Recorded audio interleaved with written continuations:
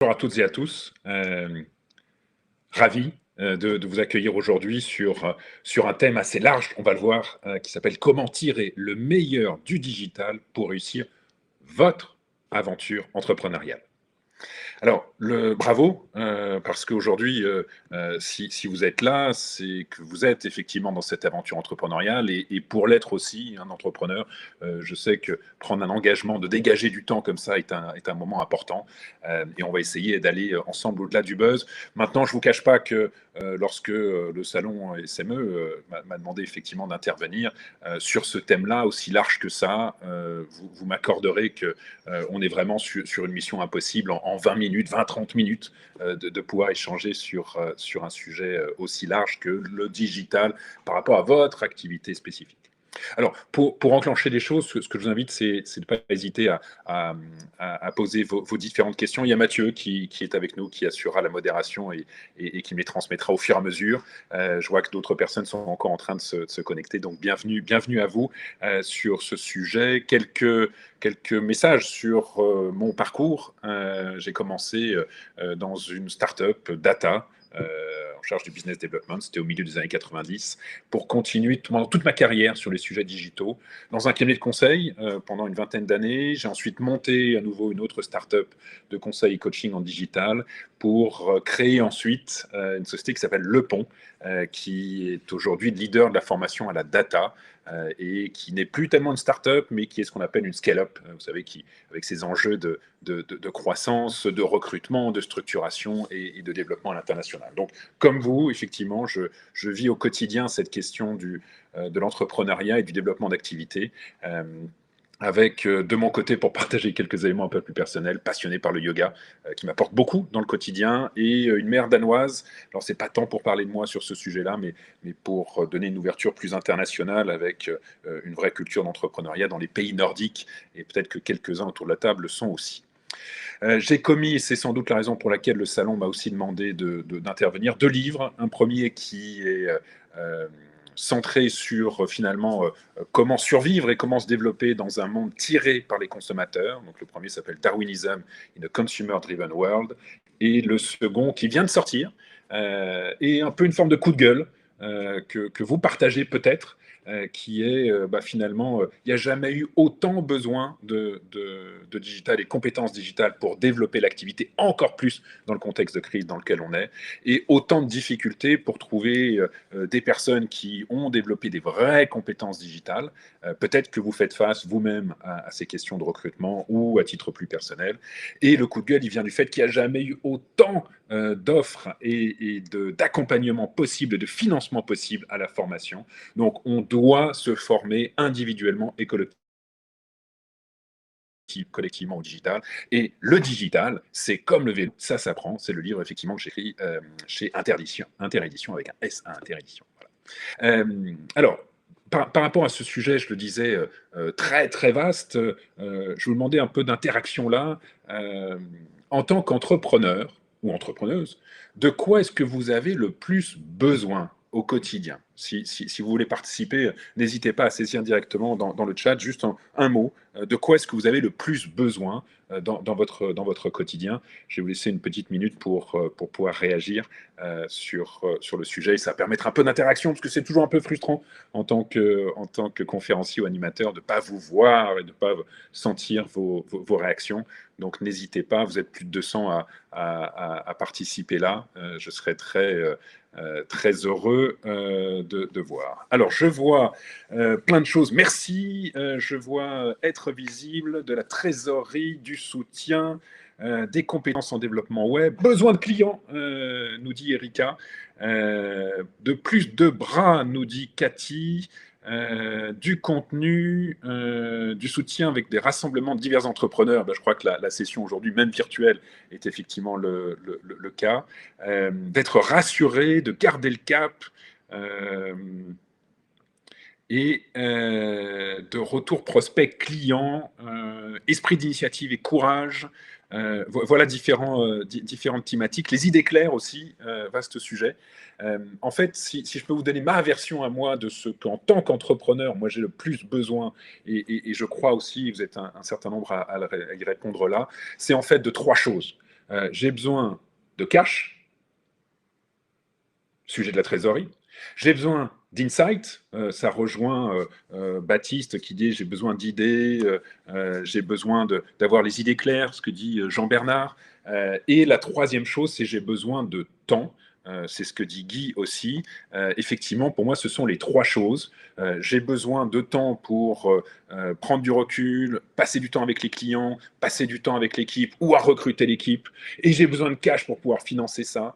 Et j'ai besoin d'insight pour savoir où aller, comment y aller, comment me différencier, comment répondre au mieux aux besoins de mes clients. Donc, il y a vraiment ces trois composantes et il se trouve que moi, ça fait 25 ans que je travaille dans le domaine du digital, à la fois pour des activités purement digitales, mais aussi des activités qu'on appelle pudiquement digitales par évolution, donc qui n'étaient pas digitales à la base et qui se sont digitalisées.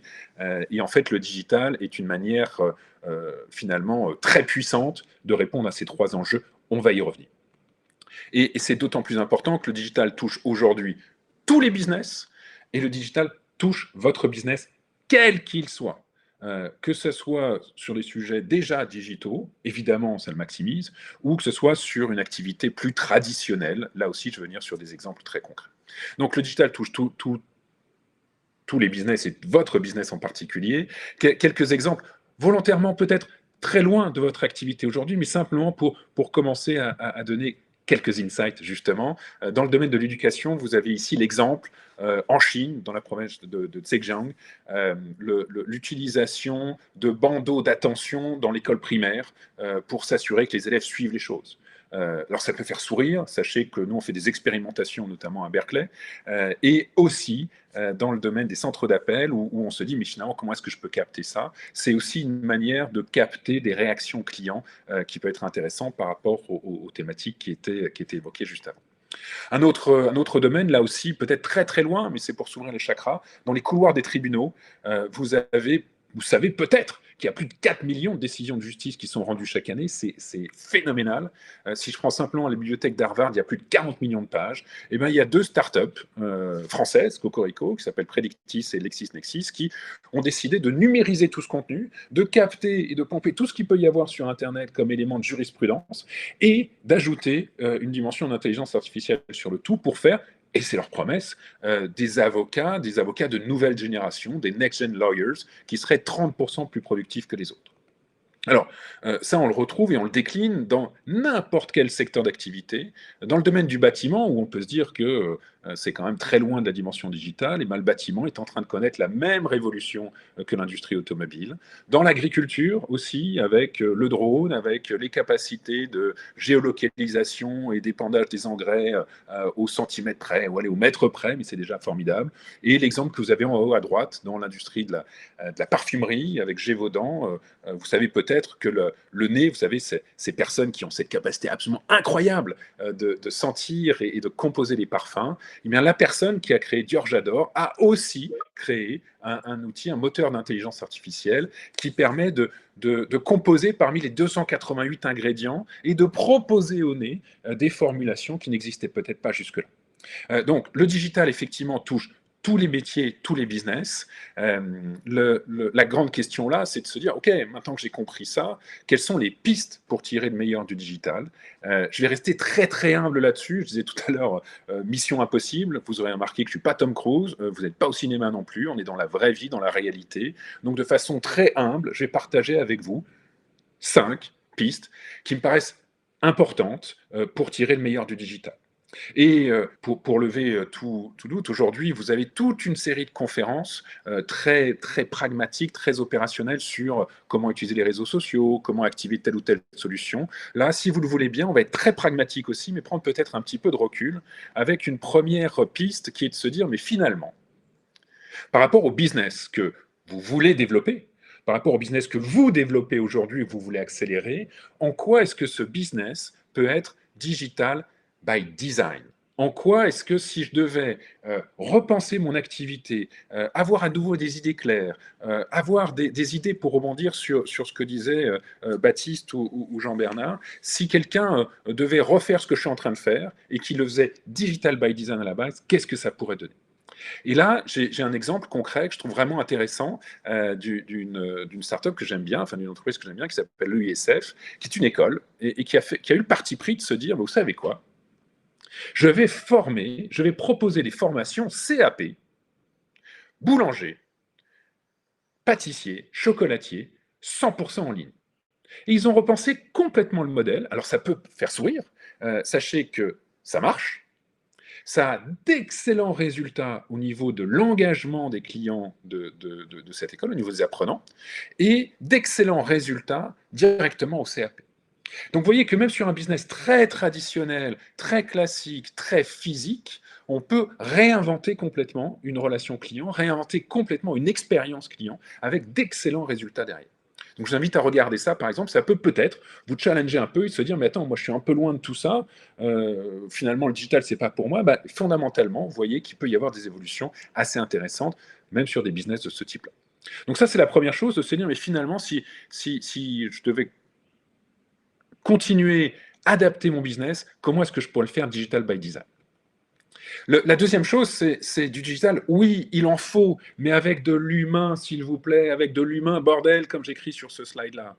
C'est fondamental. J'en ai, je sais pas vous, assez de ces questions où on se dit, mais attends, mais le digital va tout remplacer, il faut imaginer des robots partout, ça va effectivement changer complètement la donne. C'est ce qu'a fait, là je prends un exemple au Japon, à Sasebo, dans la province de Nagasaki, un hôtel s'est créé, un petit hôtel s'est créé en se disant, je vais être 100% digital sur mon activité. Et donc, imaginez des robots à la réception. Alors là, c'est un humanoïde. Ils ont imaginé des dinosaures à la réception, des chariots bagages automatisés. Il y a une reconnaissance faciale à l'entrée de la chambre, des robots chiens qui font un peu d'animation et qui dansent dans le hall, et des robots poissons dans les aquariums. Super idée sur le principe de je reprends mon activité digital by design, 100% digital. Oui, mais avec de l'humain. Sachez que cette initiative en 2015 n'a pas marché pour une raison simple, un peu sur le même principe que dans les années 60, on nous promettait la disparition des secrétaires. Et avec toute l'affection que je peux avoir pour cette belle réussite, cette start-up française aussi qui s'appelle Ask Julie, vous savez, qui se propose de remplacer votre assistante ou votre secrétaire, ou si vous n'en avez pas, comme moi, d'utiliser effectivement une solution d'intelligence artificielle pour caler les rendez-vous. Ben, en fait, les assistantes sont toujours là. On a toujours besoin d'assistants et d'assistantes pour une raison très simple, c'est que ça ne peut pas être remplacé par l'intelligence artificielle, en tout cas pas encore. Un travail, c'est aussi des relations humaines, des adaptations, autant d'aspects qui sont encore difficiles à digitaliser ou à automatiser. Et j'ai coutume de dire, par rapport à cette approche-là, que dans les 10 prochaines années, on ne va pas être remplacé par l'intelligence artificielle. Par contre, je vais être remplacé, moi, par des personnes qui savent utiliser l'intelligence artificielle. Et donc, c'est important, effectivement, d'avoir cette approche-là et cette dimension, et de ne pas tomber dans un travers du tout digital, du tout robotisé, mais bien dans une dimension de se dire comment est-ce que ça transforme mon business et comment est-ce que je peux aller un cran plus loin avec. Et là, je vais partager, en préparant la session d'aujourd'hui, partager une expérience que j'ai eue pas plus tard que samedi matin, vous voyez, samedi 9h58, avec Boulanger, que vous connaissez, cette enseigne de distribution. Super service par ailleurs, hein, je tiens à le saluer.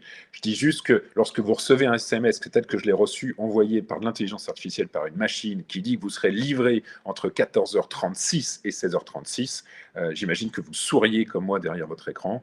Là, on est bien dans l'absence de compréhension d'une relation client et de l'application d'une machine sur le sujet. Voilà, je ferme la parenthèse, mais je trouvais que ça tombait à point nommé par rapport à la session qu'on a ce matin ensemble. Alors, troisième piste. Soyez data first. Sans data, il n'y a pas de digital. Croyez-moi, j'ai accompagné des startups, des petites entreprises, des très grandes entreprises. Les projets digitaux, les transformations digitales, appelez-le comme vous voulez, qui ne marchent pas parce qu'on a juste oublié la data qu'il peut y avoir derrière. Si je reprends l'exemple du boulanger que j'évoquais tout à l'heure, celui qui a fait, vous avez suivi la formation CAP boulanger, même sur une boulangerie, il y a énormément de data à récupérer. La capacité à exploiter les données de caisse peuvent vous permettre de dire qu'est-ce que je vends mieux, qu'est-ce que je vends mieux en fonction de tel contexte, qu'est-ce que je vends mieux en fonction de la météo, en fonction de tel événement dans l'année, et comment est-ce que je peux adapter du coup ma production, réduire mes coûts, augmenter mes marges, et surtout être beaucoup plus orienté client et capter des nouveaux clients en proposant des offres. C'est Hélène qui dit bah, moi j'ai besoin de clients. Bah, voilà, Hélène, c'est un exemple effectivement de ce qui peut arriver de ce côté-là. Donc, soyez data first, c'est vraiment le fait de se dire dans mon business, où se trouve la data, comment je peux la collecter, comment je peux la récupérer automatiquement, comment est-ce que je peux l'exploiter, et si je n'ai pas de données directement, est-ce qu'il y a des études de marché, des analyses, des partenaires qui peuvent me fournir de la donnée, d'abord sur les clients évidemment, ensuite sur leur comportement. Là aussi, c'est un changement de mindset et de représentation que vous devez avoir en tant que leader, en tant qu'entrepreneur et entrepreneuse sur le sujet pour être véritablement data first par rapport à l'ensemble de vos activités. La quatrième piste, elle est très liée à ce que je viens d'évoquer jusque-là. On parle de révolution technologique, de révolution digitale. Le digital change tout, etc. Formidable. En fait, de révolution technologique, c'est d'abord une révolution des compétences. Et là, je crois que en tant qu'entrepreneur et de mon côté, de votre côté, il y a un vrai enjeu sur cette question de compétences et sur le fait de perdre du temps, d'accepter de perdre du temps à se former. Il y a un effet de levier absolument phénoménal. Vous pouvez trouver des formations qui vous forment au juste nécessaire. Alors, il en existe plein sur le marché. Moi, je vais simplement citer celle que nous, on délivre, qui s'appelle Data Pionnier. En 15 heures, je dis bien en 15 heures, cours du soir, vous apprenez le juste nécessaire pour poser les bonnes questions business, savoir comment récupérer de la donnée, comment la transformer, comment la restituer, comment l'exploiter vous-même en tant qu'entrepreneur ou une ou deux personnes de votre équipe pour vraiment exploiter ce sujet-là. Une start-up lyonnaise avait décidé de lancer tout un service, enfin vous savez, la digitalisation des parkings. Eh bien, ils ont développé des compétences data pour se dire, je vais collecter plein de données pour imaginer effectivement des services derrière. Deuxième chose par rapport à cette question de développement des compétences, il y a énormément de financements disponibles, que ce soit mon compte formation, que ce soit via Pôle emploi, que ce soit via la BPI, etc. Je reprends ces éléments-là dans le livre. Le digital, c'est comme le vélo, ça s'apprend. Regardez ce qui peut être fait. Il y a plein de conseils pratiques sur le sujet qui peuvent être là. Trop souvent, j'entends que par rapport à des entrepreneurs, mais attends, moi j'ai pas le temps. Puis de toute façon, c'est le sujet digital. Moi, c'est pas cœur business. Puis c'est trop compliqué, c'est trop tard, c'est trop cher. C'est un boulot de mec. C'est pas pour moi. C'est trop long. Moi j'ai une activité plutôt, aller en plein air, pas en bureau. Et le digital, c'est pour le bureau où il faut un diplôme pour pouvoir avancer dans ce sujet-là. En fait, ce que je vous invite à voir, alors il se trouve que via le bouquin, vous avez possibilité de tester vos connaissances digitales, de savoir un peu où vous en êtes avec une solution remarquable qui s'appelle Digit, qui teste vos connaissances digitales selon un certain nombre de dimensions. Je voyais dans les remarques du chat les dimensions e-commerce, où est-ce que je me situe sur la mobilité, sur l'expérience client, sur la techno, sur le web marketing. Ça vous donne un premier tour d'horizon.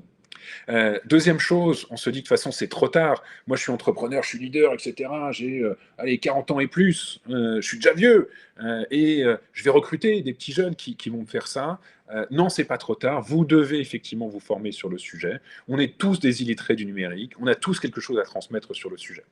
Alors, se pose la question de savoir sur quoi on peut se former et comment est-ce qu'on peut se former. Je n'aurai pas le temps forcément de le détailler, on verra dans la série de questions-réponses. Finalement, en fonction de là où vous en êtes d'un point de vue entrepreneurial, des compétences dont vous avez besoin et des différents métiers, des différentes formations qu'il va y avoir derrière au travers de cette arborescence.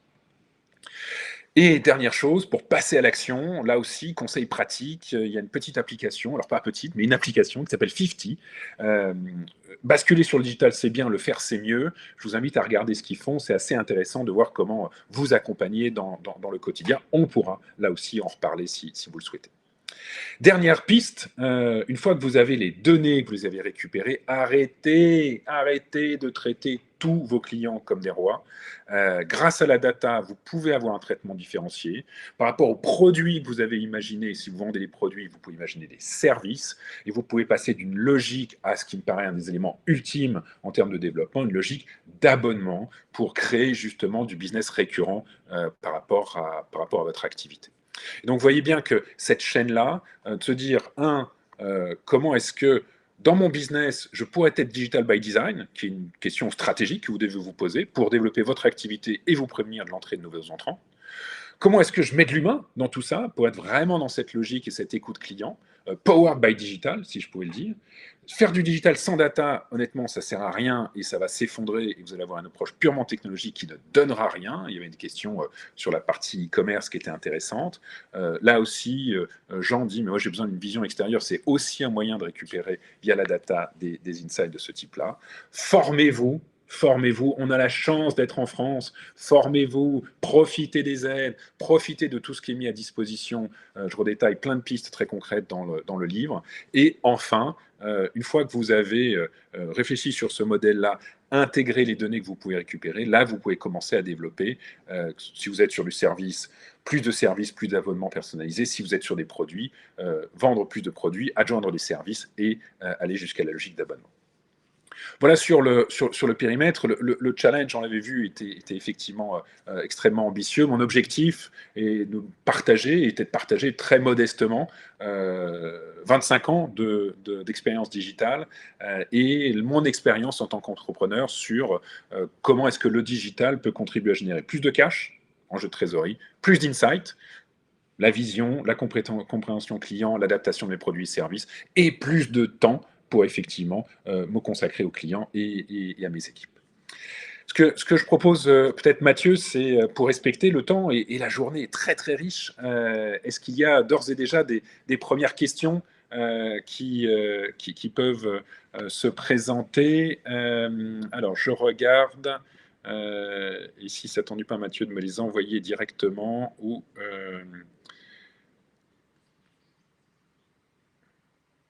alors, je vois Baptiste qui dit avec le contexte Covid et l'avènement de l'intelligence artificielle, n'y a-t-il pas une variable d'ajustement en rapport avec la masse salariale? Demain, tous patrons et chacun tout seul. Alors, oui, très concrètement, l'impact Covid est un accélérateur d'un certain nombre de phénomènes. On a enfin découvert que le télétravail était possible. Là, je parle des entreprises plus installées. On peut développer son activité depuis à peu près n'importe où sur le sujet. Et il y a une évolution dans le côté auto-entrepreneur. Maintenant, j'ai tendance à dire que sur ces sujets digitaux, le digital est ouvert à tous, pas forcément fait pour tout le monde. Tout le monde n'est pas forcément fait pour travailler tout seul chez soi, au fin fond de la campagne. Donc attention aussi à cette dimension-là. Je crois profondément au lien humain et à la nécessité effectivement de se retrouver. Alors, on peut se retrouver ensemble au sein d'une même société ou effectivement dans une logique de partenariat. À un moment donné ou un autre, vous allez avoir besoin de développer de compétences en propre. Les modèles sont intéressants effectivement à regarder. Alors, je vois Thomas qui dit quelles sont les datas essentielles selon vous. Alors, très concrètement, on a eu plusieurs réactions sur les clients. Récupérer de la data client d'une manière ou d'une autre, quel que soit votre modèle, B2B, B2C ou B2B2C, sur quels sont mes clients, quels sont leurs comportements et qu'est-ce qui a fait que ça a pu changer. À titre d'exemple, nous on regarde sur certains produits phares. Je vous ai dit, la société que je représente qui s'appelle Le Pont, qui est leader de la formation à la data. En fait, on regarde sur certaines opérations pour se dire, tiens, est-ce qu'on n'aurait pas intérêt à inviter les personnes à suivre une formation pour leur donner envie et derrière suivre des parcours plus complets. Et ben ça s'analyse et ça a un impact naturel sur les coûts marketing à titre d'exemple. Alors, arrêtez de traiter tous vos clients comme des rois. N'est-il pas une manière de passer à côté de marchés potentiels? Et c'est Barthelmebs qui dit ça.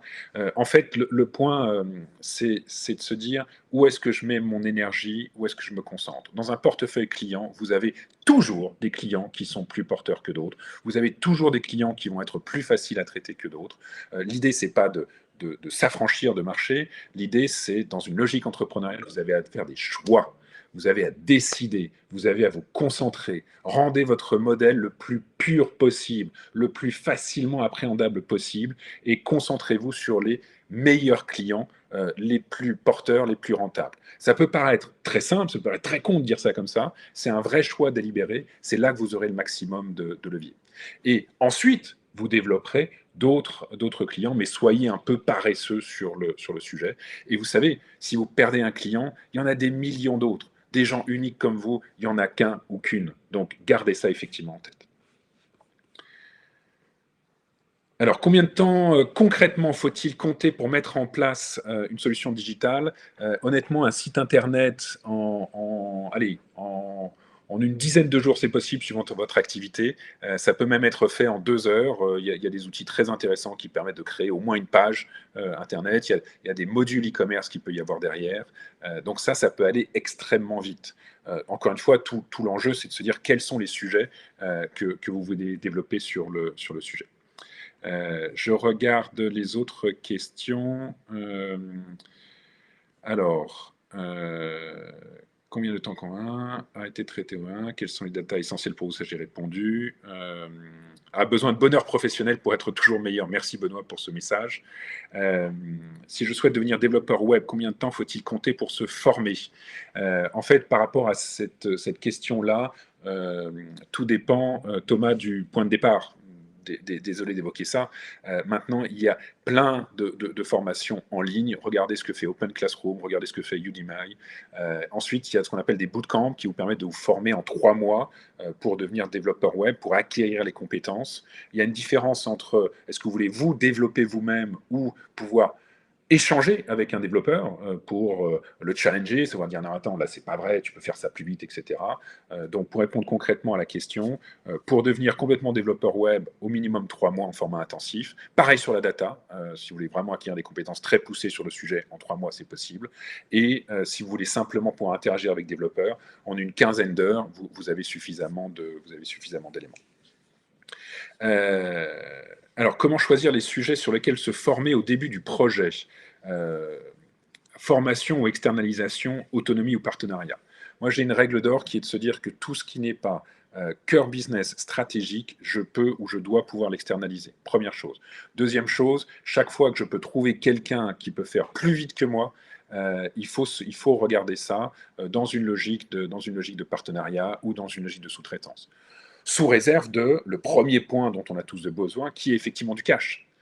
Donc, moi, la première activité que j'ai créé mon site en une soirée sur une plateforme Wix, pour ne pas la citer, et au moins j'avais une première page et j'avais quelque chose. Et ensuite, lorsque je voulais aller un cran plus loin, là, j'ai effectivement eu recours à une société de service, une petite société de service qui a fait un boulot remarquable. Il peut aussi y avoir une logique de troc si vous n'avez pas forcément le cash pour pouvoir le faire. Voilà, Daniel, j'espère avoir répondu à la question.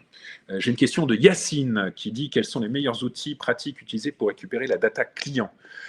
Alors, plusieurs choses. La première, par rapport au site internet que vous avez, intéressez-vous à toute la partie, si vous prenez par exemple Google Analytics pour prendre une solution de base, intéressez-vous à cette dimension-là, creusez, formez-vous, regardez des tutos, etc., pour vraiment maîtriser cette dimension sur tout ce qui est trafic, comportement sur le site, comportement sur une appli que vous avez pu développer et autres. Donc, il y a vraiment déjà les sources qui existent, pas besoin d'aller chercher une nouvelle solution, un nouvel outil dans un premier temps. Comment est-ce que je peux exploiter ces données-là? Deuxième chose, si vous n'avez pas de site internet, où vous êtes dans une logique B2B ou dans une logique B2C, vous lancez l'activité, essayez de voir comment récupérer auprès d'autres acteurs partenaires ou auprès d'autres entreprises ou auprès de la chambre de commerce ou auprès de Pôle emploi des données de marché, des analyses qui vous permettent de nourrir un peu plus votre projet ou votre projet de développement. Voilà sur les éléments. Et après, il y a évidemment la partie Excel, mais franchement, on est capable d'aller beaucoup au-delà aujourd'hui. Il y a des solutions comme Pyramide, par exemple, que je trouve assez intéressantes pour récupérer des grands volumes de données par rapport à votre activité et pour pouvoir, entre guillemets, jouer avec. Dans le cadre de la formation qu'on propose, Data Pionnier, de la Société Le Pont, effectivement, en 15 heures, vous apprenez à utiliser une solution de ce type-là. J'ai besoin en local d'un site web tip-top face à un concurrent national. Quelle est la meilleure piste? Alors là, Daniel, il faudrait qu'on en reparle. J'ai laissé mes coordonnées un peu plus loin. Il faudrait qu'on en reparle plus directement parce que la question est vaste. Comment trouver des clients en utilisant le digital? Là, vous avez des conférences aujourd'hui sur les outils et les réseaux sociaux. Sur la partie Instagram, par exemple, ça peut être un formidable générateur d'activité par rapport à des produits que vous pourriez vouloir lancer. Euh, et ça semble intéressant. Tout à fait. L'exploitation des data est-elle compatible avec les métiers de l'artisanat? Oui, tout à fait. C'est l'exemple que je donnais tout à l'heure. Donc ça, c'est la question d'Hermeline. C'est de se dire finalement, déjà, comment est-ce que je récupère des informations sur mes clients, qui achètent mes produits, quand est-ce qu'ils les achètent, comment est-ce qu'ils les utilisent, pour pouvoir adapter en fonction de ça sur le sujet. Ça ne va pas être une révolution, il ne va pas y avoir des millions de data derrière, mais ça va être effectivement une source intéressante. Voilà, il y a beaucoup encore d'autres questions. Malheureusement, on n'aura pas l'occasion de tout traiter aujourd'hui. Je crois, Mathieu, qu'on arrive à la fin de l'exercice. Et que si on veut prolonger, alors au travers du livre, effectivement, je vous invite plein de conseils pour vous guider et travailler gagnant avec le numérique. Si vous le souhaitez, je laisse mes coordonnées, mon mail que vous avez là, pour qu'on puisse poursuivre. Bravo pour votre démarche, bravo pour votre initiative, bon courage, allez récupérer du cash, allez récupérer des insights, allez effectivement gagner du temps grâce au digital. Très heureux d'avoir été avec vous et je vous souhaite une excellente journée. Au revoir.